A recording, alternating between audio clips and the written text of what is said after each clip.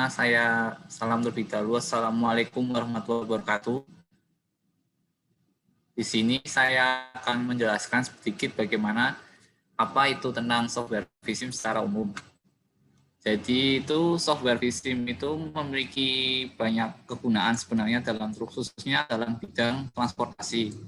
Nah, di sini saya akan menjelaskan dari yang pertama yaitu digunakan sebagai salah satu membuat simulasi jalan, terutama yang kedua tentang simulasi tentang akses atau mobilitas kendaraan yang dapat disimulasikan, yang bisa diatur dengan regulasi, lalu dengan pengaturan public transport juga, pengaturan tentang emisi bahan bakar, full cost, dan juga pengaturan siklus apil, sinyal program.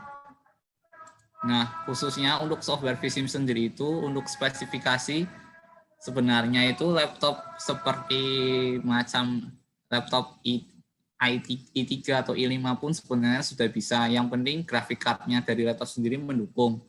Biasanya kalau umumnya itu menggunakan NVIDIA GeForce biasanya sudah bisa. Nah, untuk pada kesempatan kali ini saya menggunakan software vSIM versi 20 yang versinya merupakan versi terbaru dari tahun 2020 sendiri. Sebenarnya vSIM pun versinya pun banyak, dari dulu pun sudah banyak mengeluarkan versi-versi dari versi 8, 9 sampai yang terbaru ini versi 20. Nah, kegunaan software vSIM sendiri selain untuk mensimulasikan lalu lintas pun juga bisa digunakan sebagai untuk menghitung kinerja pada ruas jalan ataupun simpang. Nah, hasil output vSIM sendiri berupa hasil video animasi lalu lintas yang juga biasa digunakan pada fokusnya terutama analisis dampak lalu lintas juga bisa digunakan.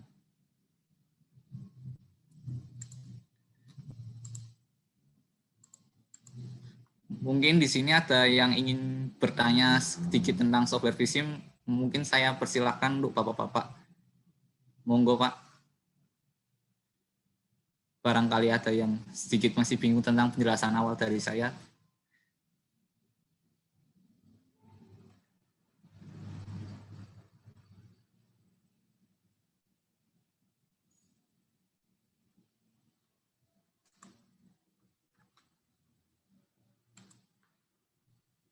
Ya, mungkin ada pertanyaan dari Pak Ito atau Pak Yanuar atau Pak Marito,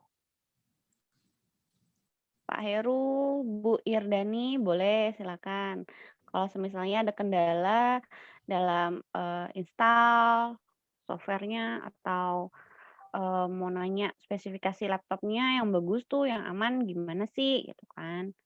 Mungkin bisa disampaikan sekarang sebelum lanjut ke materi selanjutnya. Oke, ini ada pertanyaan. Sepertinya sudah masuk ke teori nih. Izin bertanya, apakah metode dalam vSIM sama dengan MKJI? Saya jawab dulu ya. Untuk Ya. metode vSIM sendiri itu kalau dibandingkan MKJI itu sedikit berbeda. Untuk vSIM sendiri kan berpedomannya dari manual HCM-nya High Capacity Manual dari Jerman. Karena software vSIM sendiri pun kan dari Jerman. Untuk MKJI sendiri kan sumber pedomannya sudah menyesuaikan dengan perilaku pengendara di Indonesia, jadi sedikit berbeda. Contohnya misal seperti ini, kalau di vSIM sendiri itu tingkat pelayanan simpangnya sendiri indikatornya itu berbeda dengan indikator tingkat pelayanan simpang berdasarkan PM96 tahun 2015 yang disesuaikan nama MKJI itu.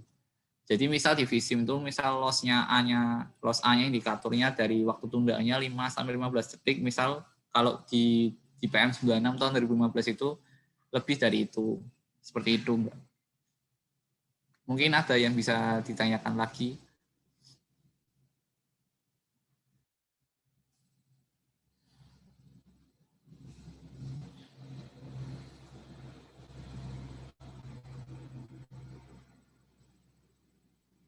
Ya, baik. Sepertinya sudah tidak ada lagi. Boleh dilanjut.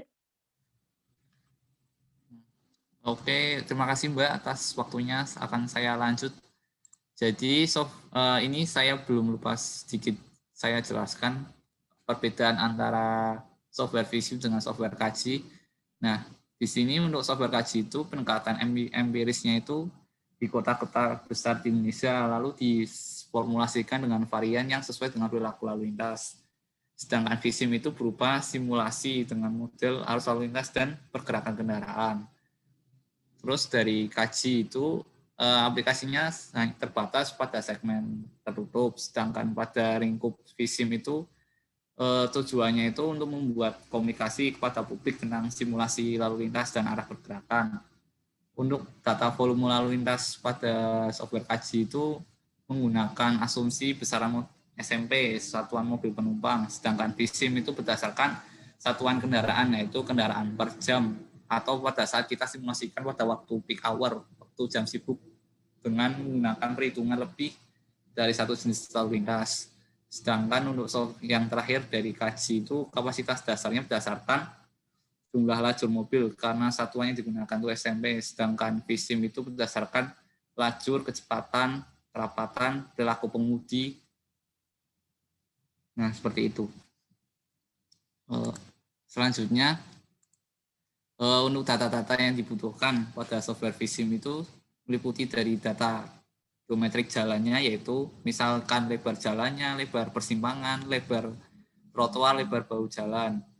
Untuk data trafficnya berupa data kecepatan yang didapatkan dari survei kecepatan sesaat pada ruas jalan atau persimpangan, lalu kemudian data volume lalu lintas.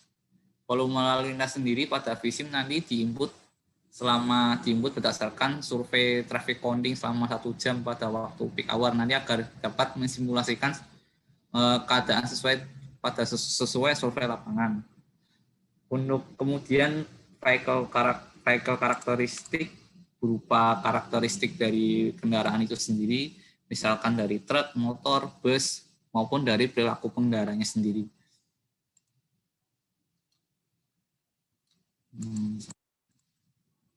Nah, divisi pun bisa digunakan sebagai untuk mengatur apil, alat pemberi isyarat lalu lintas. Nah, nanti misalkan kita survei di lapangan menghitung fase dan siklus apil, nanti kita dari data lapangan tersebut kita bisa sesuaikan dan kita masukkan pada software Visum nantinya.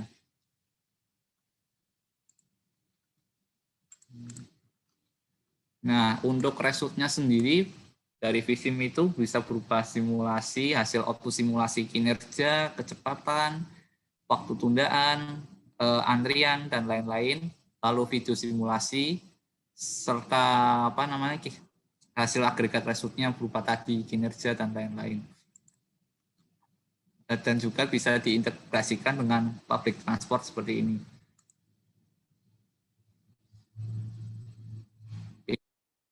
Yang lebih sulit bisa diintegrasikan dengan moda transportasi lain seperti kereta, busway misalnya, dan lain-lain. Bisa dilihat videonya sebentar.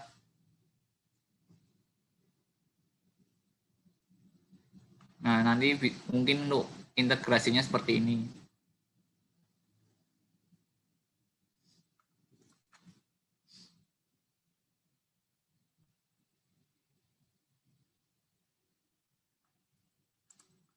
Nah, ini salah satu bentuk visualisasi pada persimpangannya seperti ini, simulasi simpang.